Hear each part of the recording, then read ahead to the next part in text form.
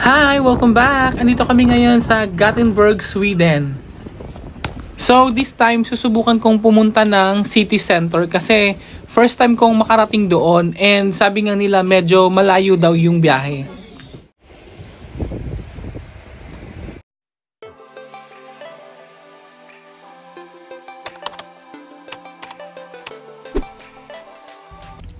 Yung weather nga pala today ay napakalamig tapos windy sa labas kaya kailangan mo magdoble-doble ng jacket.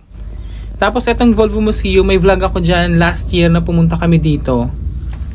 Tapos yung city center, malayo din siya, mga 25 minutes yung biyahe from port area to city center. Tapos may dinaanan pa kaming tunnel bago kami nakarating dito kaya parang medyo nakaidlip din ako. Nakakaantok din kasi yung biyahe. And finally, dito na kami sa city center. Merong nagtanong nung nakaraan kung nagbabayad ba kami dito sa mga shuttle bus na sinasakyan namin. Yung mga shuttle bus pala na sinasakyan namin from port area going to town or city center, provided po yun ng company para sa passengers and crew.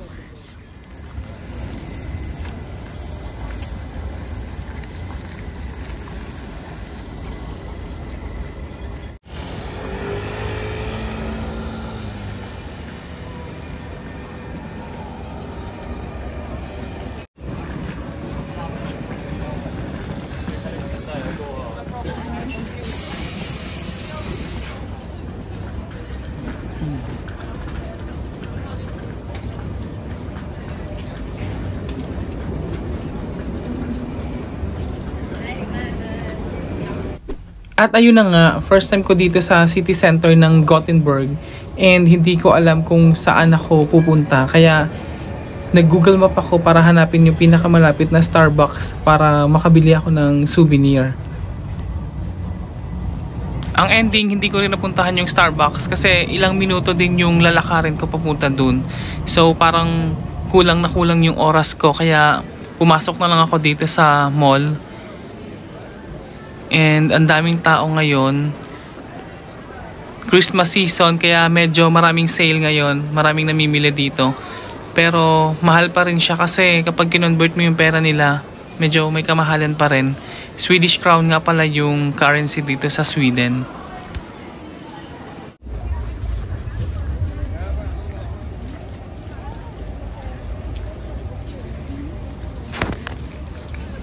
Hindi tayo sanay sa ganitong weather, no? Napakalamig. Kaya naman naghahanap ako ngayon ng coffee shop para makapagpainit man lang ng konti kasi medyo giniginaw na talaga ako.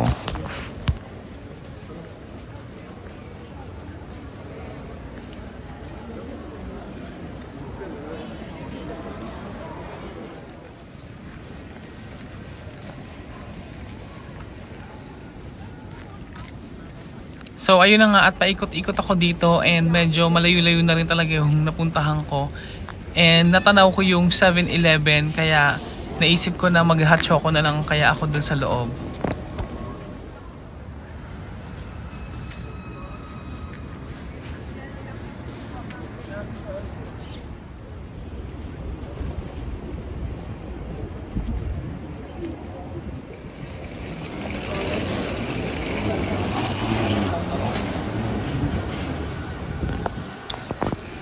Ang laki naman ng 7-Eleven store na to and parang ang social tingnan.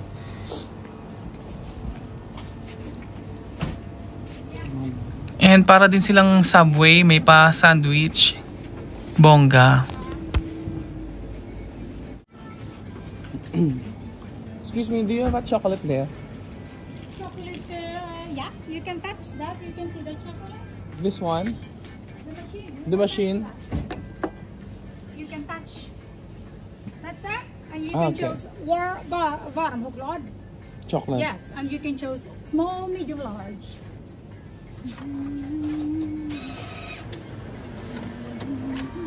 Thank you.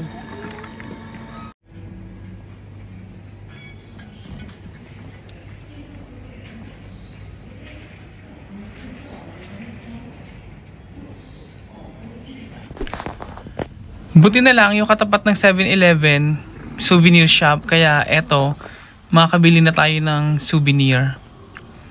Yung walang kamatayang fridge magnets.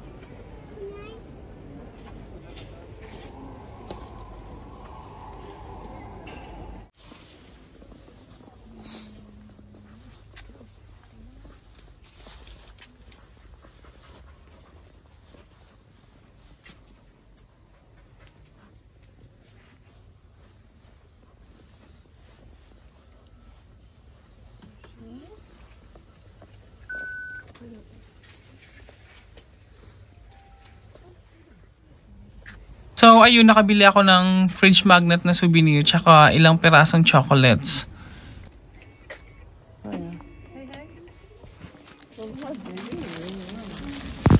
After ko dito sa souvenir shop, babalik na ako dun sa may antayan ng shuttle bus pabalik ng barko.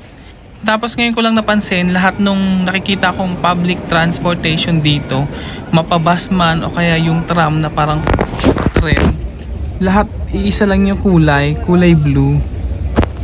Ang galing.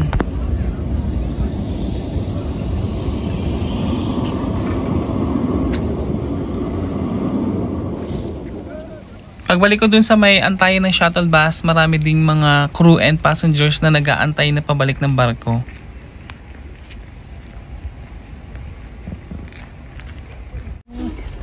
Diba? Pwede ba tayuan dito? Punuan kami ngayon sa shuttle bus kasi ang daming mga pabalik na ring pasahero at mga crew. So yung mga crew hindi rin pwede magpaiwan basta-basta kasi malilate na rin sila. At hanggang dito na lang din pala yung ating for today's video. Thank you for watching and please don't forget to subscribe. Bye!